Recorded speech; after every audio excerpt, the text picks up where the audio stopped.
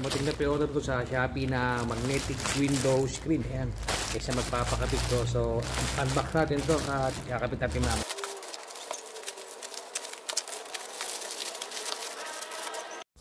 So na-unbox na po natin. Ayan, so ikakabit naman natin sa bintana. Ayan, kompleto. Ito yung screen nya. Ayan, ito pa yung may pandikit siya, 3M adhesive, tsaka yung ito yung magnet.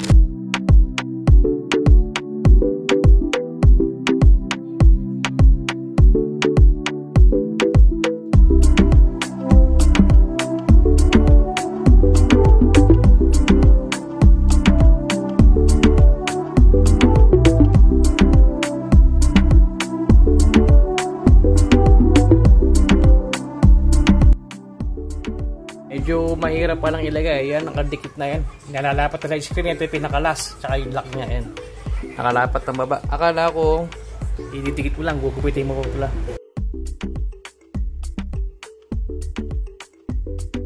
Ito at naikabit na po natin yung magnetic screen na yan.